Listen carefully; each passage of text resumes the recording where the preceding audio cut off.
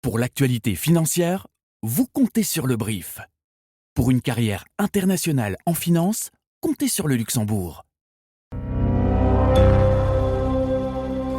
Bonjour, nous sommes le lundi 20 juillet et voici notre regard sur l'actualité, l'essentiel pour celles et ceux qui ont l'esprit d'entreprendre.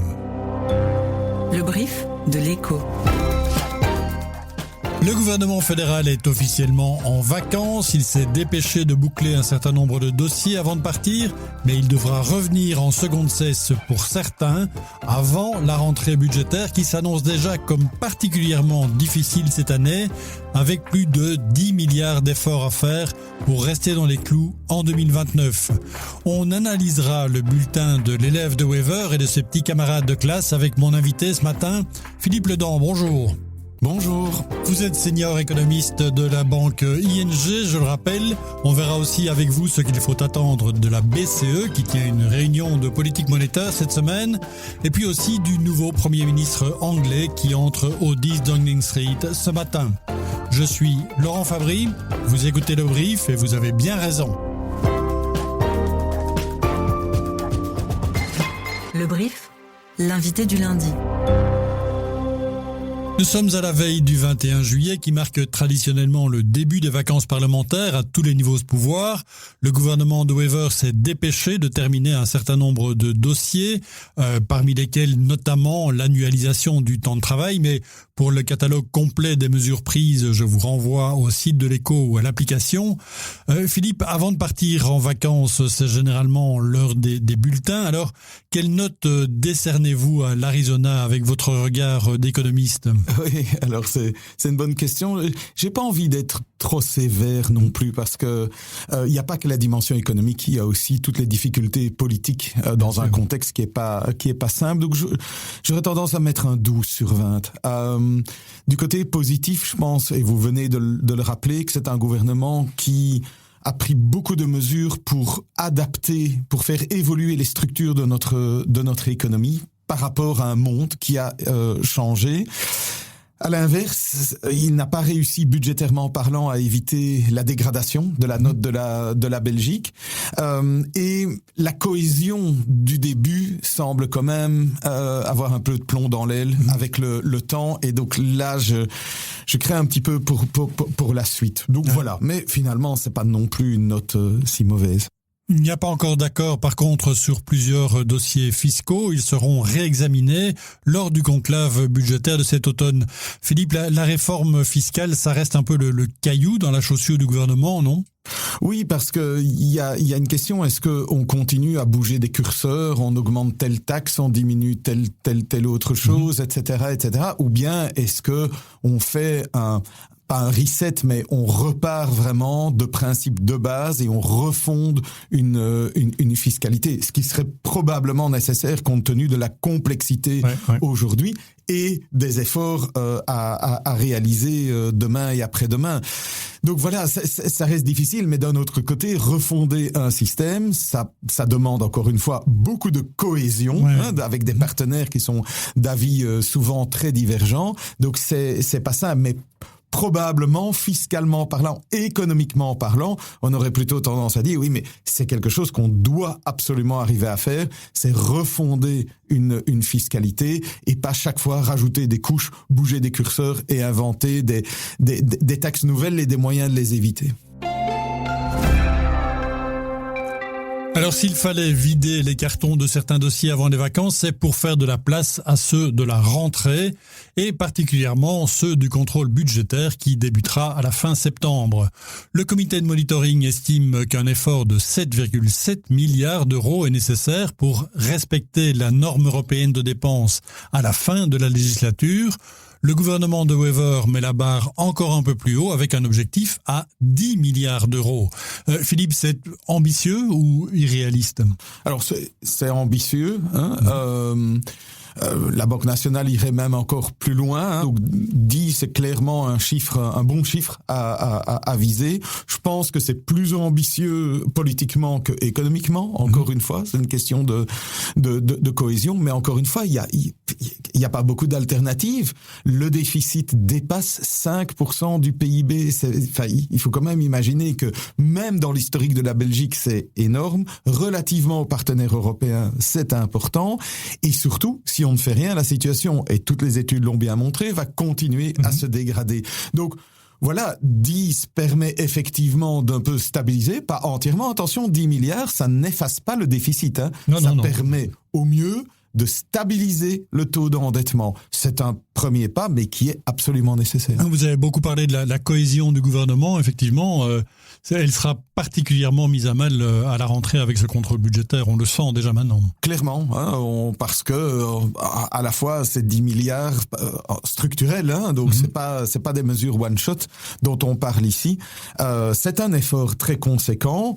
Or, on a épuisé beaucoup de cohésion pour faire déjà tout le paquet d'efforts. Donc c'est pas qu'il n'y a rien qui a été fait, d'où ma note par ailleurs. Mais donc du coup, ça veut dire qu'il faut maintenant retrouver des éléments de cohésion qui n'ont fondamentalement pas encore été discutés, et a fortiori durant les négociations gouvernementales. Mais il faut y arriver en ayant une cohésion, alors qu'évidemment, le temps étant passé, la base de chaque parti, les lobbies, tout ça a joué depuis maintenant presque 2 ans. Un conclave budgétaire, il y en aura un aussi à la rentrée en Wallonie. On parle là d'un effort budgétaire de 2 milliards d'euros pour viser un retour à l'équilibre en 2029. Le patron de Act for Wallonia, Frédéric Panier, était interrogé dans l'Écho ce week-end. Pour lui, cet objectif ne peut être atteint au détriment des entreprises. Depuis 10 ans, la Wallonie a réduit de plus de 500 millions son effort en faveur de l'innovation, de l'emploi et des entreprises. Et d'après l'analyse de Act, ce sont les postes de dépenses qui ont le plus reculé dans les politiques wallonnes ces dernières années. Alors, les entreprises parents pauvres des politiques wallonnes, c'est un avis que vous partagez, Philippe ? Je dirais que probablement que si on a interrogé d'autres secteurs, tout le monde vous dirait qu'ils sont le parent pauvre. Ceci étant, clairement, la Wallonie n'a pas suffisamment d'entreprises. On a un tissu économique, on a des champions mondiaux, on en a juste pas assez et on n'arrive pas à en développer de nouveaux. Alors, est-ce que ça doit forcément tout le temps passer par des subsides, par de l'aide ? Je pense qu'il y a un gros travail au niveau de la bureaucratie, de la réglementation, d'allègement de la charge administrative des entreprises. Donc, mais si au moins on pouvait avoir un cadre où les entreprises pouvaient beaucoup plus se développer, je pense que là, on y gagnerait, et les finances publiques wallonnes y gagneraient également. Un dernier point, on parle de 10 milliards au fédéral, 2 milliards au niveau régional. Le centre de l'attention ne doit pas nécessairement être sur ce chiffre. Si c'est un peu moins, mais que c'est sur base de bonnes mesures qui arrivent réellement à redonner un élan à l'économie, je pense même que les investisseurs étrangers qui investissent dans la dette belge ne seraient pas nécessairement stressés par un chiffre légèrement inférieur. Donc sur ce point, je rejoins Frédéric Panier. Et l'interview de Frédéric Panier est à retrouver évidemment sur le site de l'Écho ou sur notre application. La BCE tiendra sa prochaine réunion de politique monétaire mercredi et jeudi. Les gouverneurs de la Banque centrale européenne devraient maintenir les taux cette fois-ci après les avoir relevés en juin dernier. Mais les analystes semblent un peu plus partagés que d'habitude, Philippe. Certains parient aussi sur une poursuite de la hausse des taux. Alors, que dit votre boule de cristal ? Alors, je n'ai pas de boule de cristal, je n'ai que des faits et des analyses. Alors, le marché s'attend clairement, avant la fin de l'année, à une deuxième hausse de taux. Comme ça, les choses sont claires. Ça, c'est vraiment acté, et certainement avec ce qui se passe aujourd'hui au niveau géopolitique. Est-ce que juillet est déjà le moment de le faire ? Là, effectivement, le marché, comme nous pensons que c'est probablement trop tôt. La BCE n'a simplement pas suffisamment de nouvelles données à mettre sur la table pour dire... Il est nécessaire de mettre une deuxième hausse de taux. C'est pour ça que on est plutôt sur la réunion de septembre, parce que là, il y aura eu 2 mois supplémentaires de données en matière d'inflation, d'évolution des salaires et simplement de l'évolution du dossier géopolitique pour voir comment ça évolue. Est-ce qu'on peut espérer une détente des prix de l'énergie ou pas du tout. Parce que pour l'instant, la croissance économique est plutôt faible. Alors une politique plus restrictive ferait plus de mal que de bien, non ? Alors c'est un point qui est important et qui justement fait débat. Néanmoins, le chief économiste de la BCE, Philippe Lane, a bien précisé que 2,5, donc aujourd'hui on est à 2,25, 2,5 resterait dans la fourchette de taux neutre. C'est-à-dire que dans les yeux, dans l'esprit de la BCE, une nouvelle hausse de taux ne correspond pas alors à une politique monétaire qui devient vraiment restrictive. Ça reste neutre. Ce serait juste de dire, voilà, on durcit un petit peu les conditions pour éviter que tout ce qui se passe au niveau des prix de l'énergie n'ait un effet de contagion sur l'ensemble de l'économie. Mais elle n'a pas du tout l'idée d'avoir tout à coup une politique beaucoup plus restrictive. Le prix du baril de Brent a d'ailleurs atteint les $90 cette nuit après de nouvelles frappes mutuelles entre les États-Unis et l'Iran.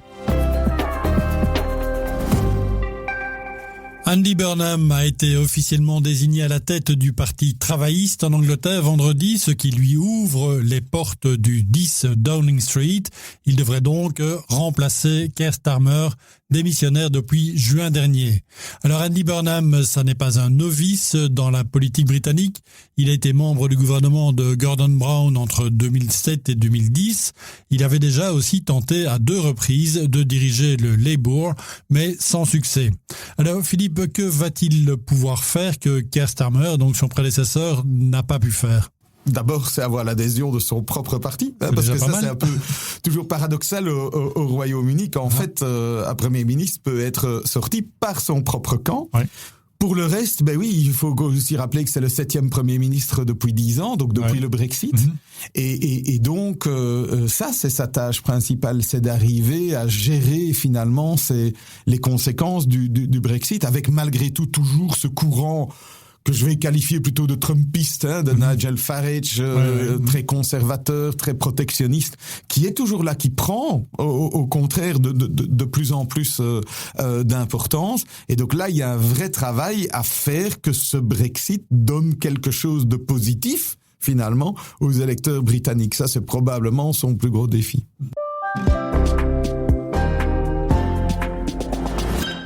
Des stars mondiales, une mi-temps rallongée, des tickets vendus à prix d'or.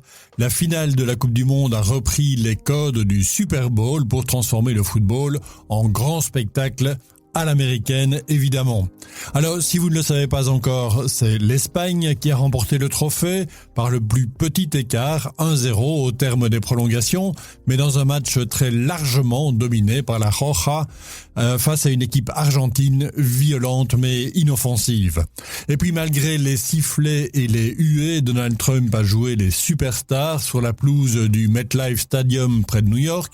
Au moment de remettre la coupe au capitaine espagnol, le président américain, qui n'a pas assisté à un seul match hormis cette finale, a célébré cet événement comme le plus grand de l'histoire du monde, sans un mot ou presque pour le Canada ou le Mexique, les pays co-organisateurs. Et c'est finalement à l'image de cette Coupe du Monde où l'ingérence politique, les polémiques et les compromissions de Gianni Infantino, le président de la FIFA, n'ont jamais été aussi apparentes. À retenir et à suivre cette semaine, aujourd'hui s'ouvre le salon aéronautique de Farnborough. C'est avec le salon du Bourget qui se tient en juin, la grand-messe de l'aéronautique, de l'espace et de la défense, avec son lot d'annonces et de contrats comme de coutume. On redescendra sur le plancher des vaches vendredi, ce sera un autre genre de salon, celui de l'agriculture à Libramont. Jeudi, on reviendra longuement sur les 10 ans de la fusion Ahold-Delhaize, ce qu'elle a changé dans le monde de la distribution en Belgique. Une réussite selon vous, Philippe ? Alors, je ne sais pas au niveau international. En tout cas, en Belgique, ça a été marqué par la grande transformation de Delhaize, qui, au regard de la transformation du secteur de la grande distribution, me paraît quand même un relatif succès. Je veux dire, ils arrivent à garder le cap dans un contexte assez difficile. Donc, en tout cas, en Belgique, il me semble que ça s'est soldé par un maintien de l'activité de Delhaize, tout simplement. Et puis, il y aura encore une volée de résultats. GM, Volkswagen, Tesla, Alphabet, Total Energy notamment, et en Belgique, Argenix particulièrement. Mais on regardera aussi avec attention ceux de BNP Paribas ou de Carrefour. Merci beaucoup d'avoir répondu à mon invitation ce matin, Philippe. Mercredi, demain c'est la fête nationale. C'est Ondine que vous retrouverez au micro du brief. Merci de nous écouter et puis n'oubliez pas de nous emporter en vacances. Il suffit d'un clic pour nous retrouver n'importe où. À bientôt.